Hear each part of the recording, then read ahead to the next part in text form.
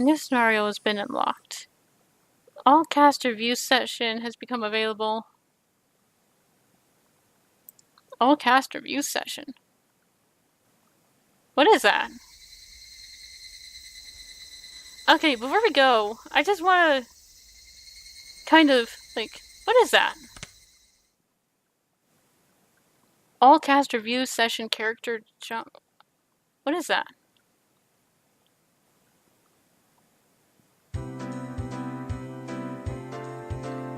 Thank you for buying Higurashi When They Cry Onikakushi, a visual novel by 07th Expansion. How was it? If you enjoyed it even a little bit, it would make me happy. Even a little bit is stretching it. That incredibly dark ending made me angry, you know? Made us angry. As I understand it, this Onikakushi chapter was supposed to be somewhat of a prologue to the entire series. How could the prologue have such an incredibly dark ending? Yeah, but doesn't that happen sometimes? The player digging through the story in order to avoid a bad ending is the point of these types of games after all. It's still just the first chapter. I'm looking forward to the next one. What happens in the next chapter? Nana, do you know? Yeah, they said the next chapter will introduce another aspect to the story. That's a strange way of putting it. What does that mean? In this chapter, they introduced the string of mysterious deaths that were happening in Hinamizawa recently, right? The next chapter will introduce some of the history of Hinamizawa. Which, with the one strange event happening after another, I got totally lost. What exactly is Oyashiro-sama's curse about? Actually, what is Oyashiro-sama to begin with? They didn't explain it much. I haven't heard much about it, but I kind of have a bad feeling about it. It feels like it'll be another one of those scary stories where somebody gets cursed again. Tough luck, eh, Kei-chan? What kind of curse is he gonna get hit with this time? However, I am looking forward to seeing what kind of story it's going to be. Sorry for being late, my bad. Hey everybody, good work today. Same to you. Huh? Where's Kei-chan? Keiji-kun is already off reading the script for the next chapter. Must be hard being the main character. Huh? That's too bad. Could have at least poked in to say hello. It's probably because he doesn't have any character art, so he couldn't poke his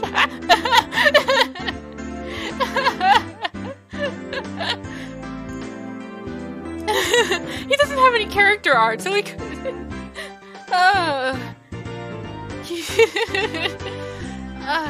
I think one of the chapters is more focused on Mion as the main character, so he would get character art. But I don't know if he does get character art in the other chapters, because I haven't played them yet. Nika-san, that's what we refer to as a personal problem. In any case, that story really was a lot of trouble, especially for Keiji-kun and Nana-chan. Trouble? That was the mother of all bad ends! I wonder, what was the identity of the thing that attacked Keiji-kun? My theory is that it was the work of the people made to look like a curse. But at the end, Keiji made that phone call. Yeah, I also thought that call was strange. At that point, Kei-chan should have been certain that the culprits were people. That really was a strange phone call. It almost sounded like he was being chased by a ghost or something. Just from that phone call, it makes me think that it was the work of the curse after all. Since we're all here, why don't we all share our theories? Let's start with Sonosaki-san. I absolutely believe it was people. I think it was a man-made incident that was just imitating the strange folklore floating around Hinamizawa. Certainly, every year on the day of the festival, for another link in the chain of mysterious deaths to happen certainly is suspicious. That so-called chain of mysterious deaths is definitely somebody trying to reenact the folklore. Definitely. I think it was the curse. Looking at the scene where Keiichi-san went berserk in the entryway, In the last scene with the phone call, I just couldn't come up with a conclusion that person was the culprit. But when you say it that way, it really wasn't the type of scene that would make you think it was the work of an actual person. Yeah, but even then, I still think it was a person who did it. That last scene and the one with the entryway, I think it might have been a delusional episode brought about by post-traumatic stress disorder. I wouldn't know what's going on anymore, even if you didn't use such complicated words. In other words, Keiichi was so scared that he was imagining things. Then, what was the meaning behind that scene? What exactly was that mysterious presence behind Keiichi? A red herring. R-E-D-E-H-E-R-R-I-N-G.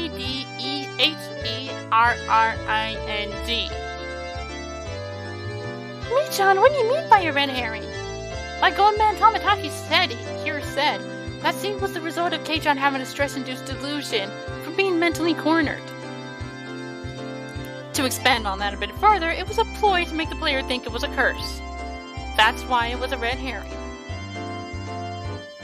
When you say it like that... But... well, it just means that there is that possibility. In that case, the theory that Oishi-san proposed during the story that it was a conspiracy by the villagers was correct? Or what does the man himself have to say about that? Me? It makes you think, huh? Huh? I totally thought the Oishi-san would be behind the people explanation. During the story, I said it was definitely the work of people, but if a person really was to blame, that leaves a lot of loose ends. Like what?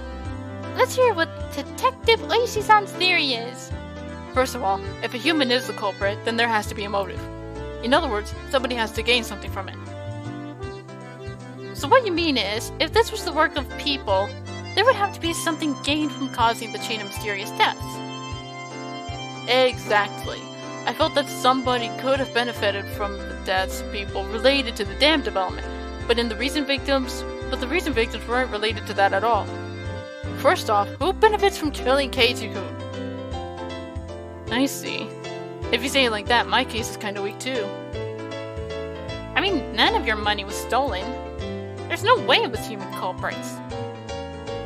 But that's not everything there is to it, right?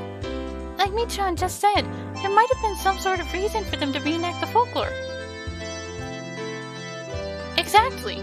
This wasn't a murder where you consider the typical motives. It makes me think that this was most likely some sort of ritualistic murder to reenact the blood-stained history of the village. So I'll ask the question of the hour. Who gains from this reenactment? It's not about its simple benefit, it's more of a psychological reason. I think that maybe this was an act of revenge. Something native to the region. Fate was unable to be fooled this time around. I see. A member of some repressed family looking to air out an old grudge of their ancestors, something like that? I don't like that. Then what is it? Couldn't be explained. It couldn't be that you're leaning towards the curse explanation, Oishi-san. That's right. The man playing the detective said so. It's decided it was a curse. If, like how Mayabara-san said during the story, it was the case that Oyashiro-sama possessed Rena-san and Sonozaki-san and committed those acts, that would fit the evidence the most. As much as I hate to say it. Actually, I'm of the same opinion as Oishi-san. I can't come up with any other explanation for the normally kind Rena and Michan to suddenly start acting strange like that.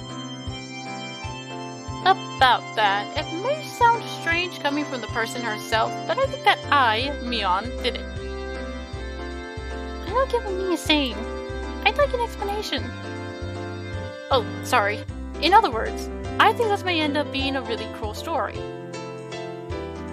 Huh? Wait, Michan, you don't mean... If you follow the trail of evidence to the very end, that's how it would seem. I also have my suspicions. In other words, Rena-san and Sonozaki-san both actually had those personalities to begin with, and were merely deceiving Mayabara-san. Am I right? I don't like that at all. This is the curse's fault. Nana-san and Miya-san and everybody else are all kind, nice people. I think that too. I think that Nana and Miya-san are really good people at heart. I think that during the story, they definitely were possessed by something.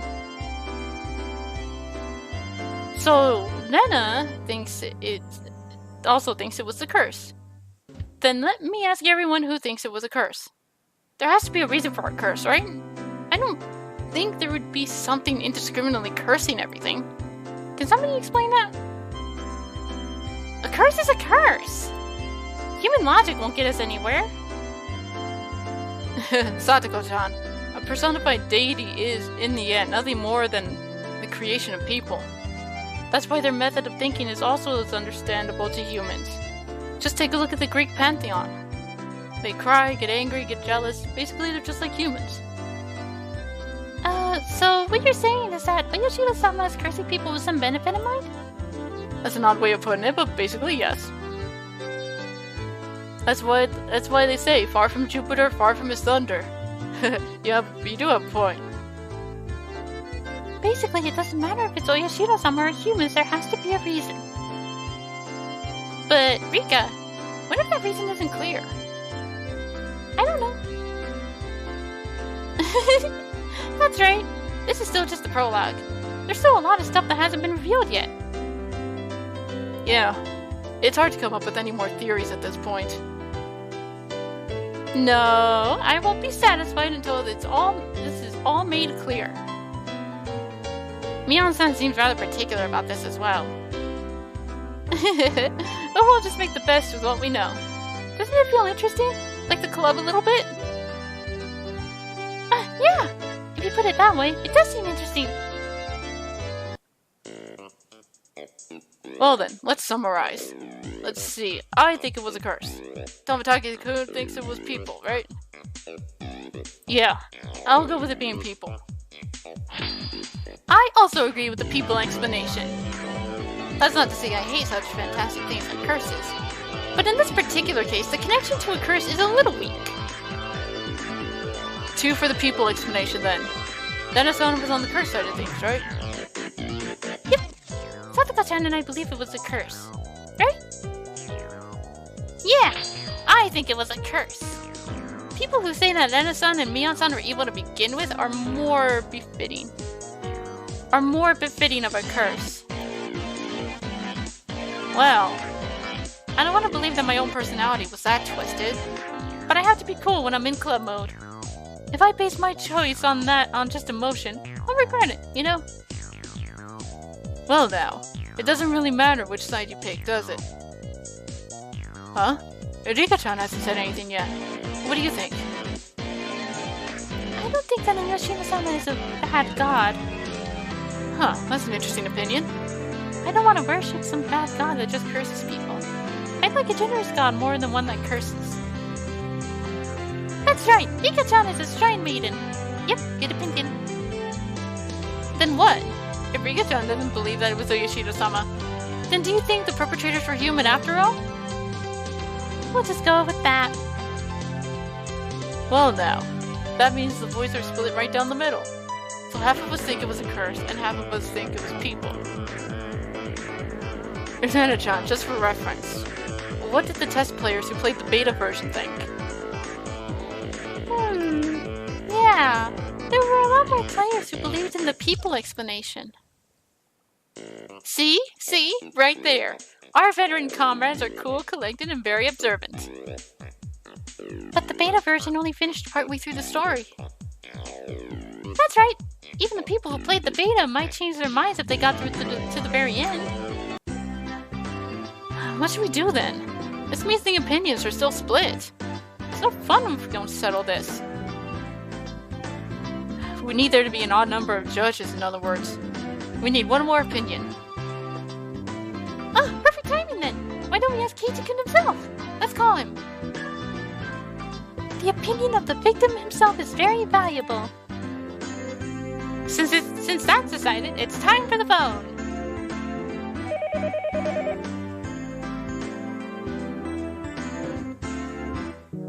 Hello, Keiji-kun? It's Anna. Are you busy with work right now? Yeah, really busy. Just when I thought I'd get a break because the chapter's over, it's already time for the next one. How's Kei-chan? Busy? Yeah, he's moping. I can hear you, you know. Must be nice having a wrap-up party. I wanted to go too. You can come if you just get some character art for yourself. Nika, that's a secret.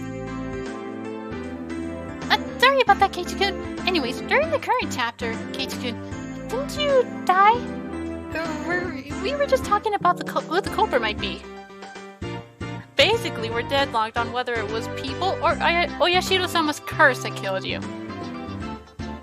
I'm really sorry. Even though you're busy reviewing the script, Keiji-kun, which do you think it was? That's obvious, isn't it? Which? Isn't it both of them?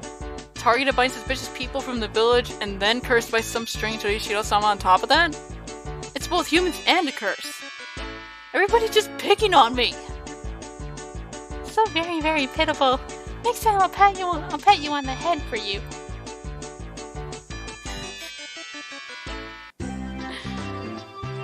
In the end, the opinion's still split, huh? I'll think this over again. We might have missed something. Well then, please look forward to the next chapter. To the next release, Higurashi, When They Cry, Watanagashi.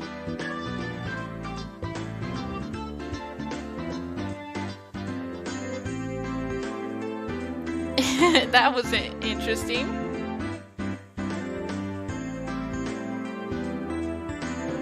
Like, a little character, like the characters during a review of what happened.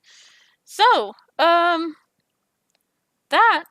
essentially, was Higurashi, When They Cry, Onikakushi. I won't be able to do the rest of them because, well, you know how Manga Gamer can be right now. I would only be able to do the first 20% of the rest of the chapters. So those I'm gonna have to play on my own time, as much as it pains me to say. But that's it for Onikakushi. Like, it's basically the first 4 episodes of the anime. This is what those are based on. So, what did I think? It was really good. It shows to me that you don't really need you don't need to see it in front of you in a CG to see it in your head. The descriptions were enough to make me imagine what the hell they were trying to convey. The characters were well written. They started out nice and sweet, and then when things happened, everyone started going nutso. It was just really good. Now, personally, I do think that it was something supernatural. Whether it was this Oyashiro-sama or something entirely different, I won't know until I read the other chapters. I don't even know how many chapters there are total. I mean, they're putting number 6 on Steam right now, so in all honesty, I suggest that you pick them up. Like, go ahead and get the rest of them. So, go pick up this one if you so desire to have it in your collection. It was good. It really was. So, I will see you in the next playthrough. I will be replacing this one with a non-visual novel game, since I ended up replacing Doki Doki with a visual novel game because my dad. It was a Father's Day thing for my dad. The whole playthrough is going to be dedicated to him for that one. So, you'll see what it will be next time.